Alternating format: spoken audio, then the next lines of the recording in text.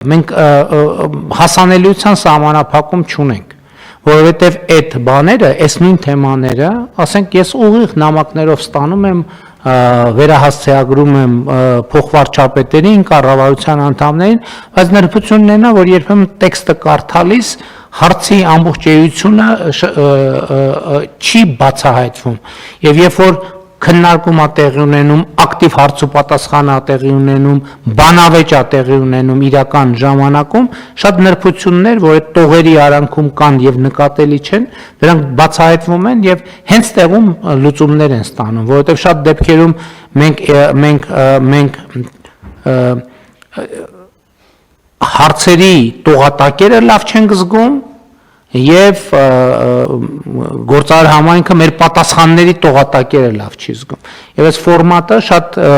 էական է, կարևոր է, որ մենք ամբողջությամբ բացահայտենք հարցերի էությունը իրանց ամբողջ ծավալով եւ խորությամբ, եւ ես սա ասում եմ վերահաստատելու մեր այն պայմանավորվածությունը, այստեղ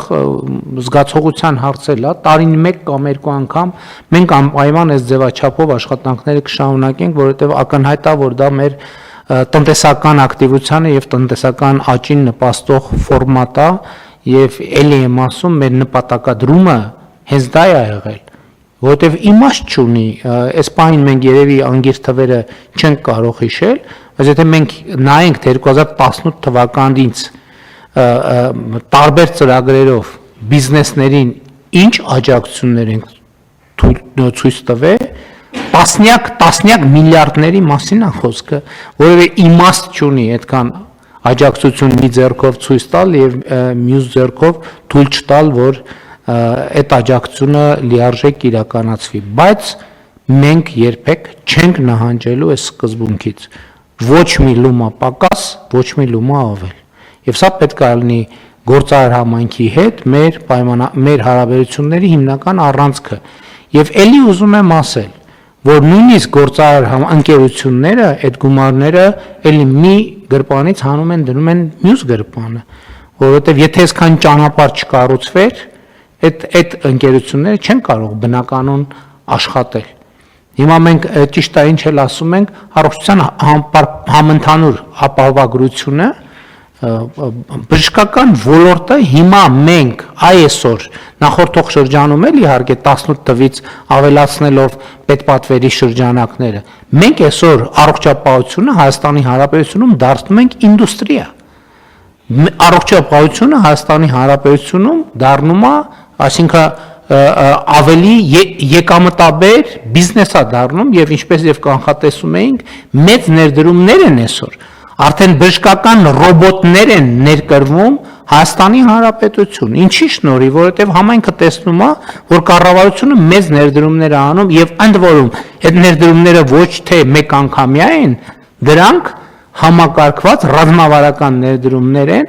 եւ ես հիմա ուրախ եմ արձանագրել, որ օրինակ առողջության ապահովագրության հարցում արդեն մենք ունենք որոշակի վստահություն, որ այլևս մենք հին համակարգերի վերադարձ չենք ունենալու, որովհետև արդեն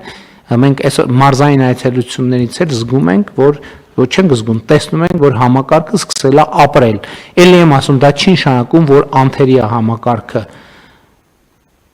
Աշխարհում անթերի ոչ մի բան չկա։ Մենք չենք էլ ասում, որ այդ համակարգը երբևէ լինելու է անթերի։ Երբևէ լինելու է անթերի։ Առողջության ապահովագրության առաջամարտիկներ կան աշխարհում, որոնք այսօր բազմաթիվ խնդիրներ ունեն, որոնք տարիներով չեն կարողանում լուծել։ Բայց ոչ մեկ կասկածի տակ չի դնում, ոչ մեկ չի ասում, եկեք բան անենք, փակենք այդ համակարգը։ Եվ սա էլի այն իմ առաջարկած բանաձևի գործնական արտահայտումն է, որ երբ որ դու մի խնդրեմ լուծում ես, ստանում ես եւս 3 խնդրեմ, որ պետքա լուծես։ Սա ես ուզում եմ մենք բան անենք, արձանագրենք, որովհետև բանը այդ մեր մտածողության միֆականությունը ինքը ուրիշ էֆեկտների էլ է բերում։ Ինքը բերում է տենց բանի պերֆեկցիոնիզմի գերադրական աստիճանի,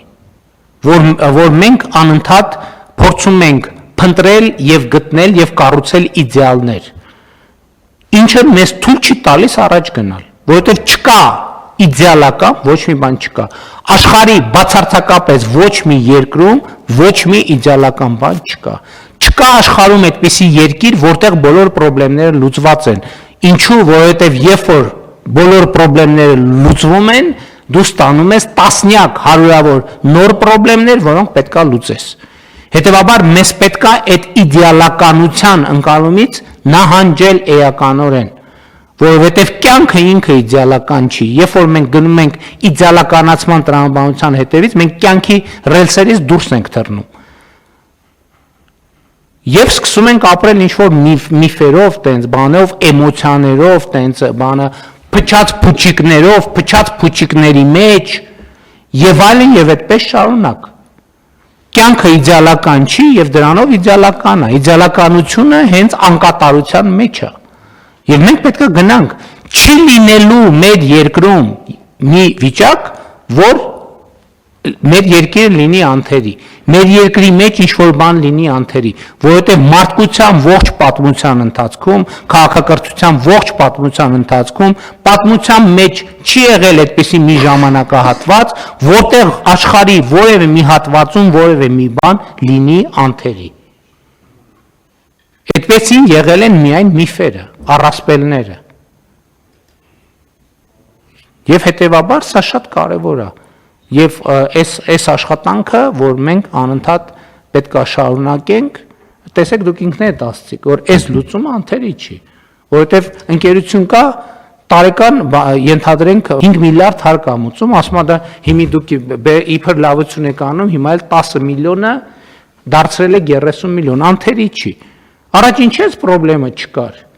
որովհետև ինչ որ օրենքի մեջ գրած էր, չէր գործում ուղղակի։ Չէր գործում, գիտեին, որ դա խնդիր չի։ Բայց երբ որ մենք ուզում ենք օրենքները գործեն, մեկ է օրենքները գործում են, մեկ է այն մյուս դռնից մտնում են, ասում են, այս սխալ է այս օրենքը։ Բայց մյուս կողմից էլ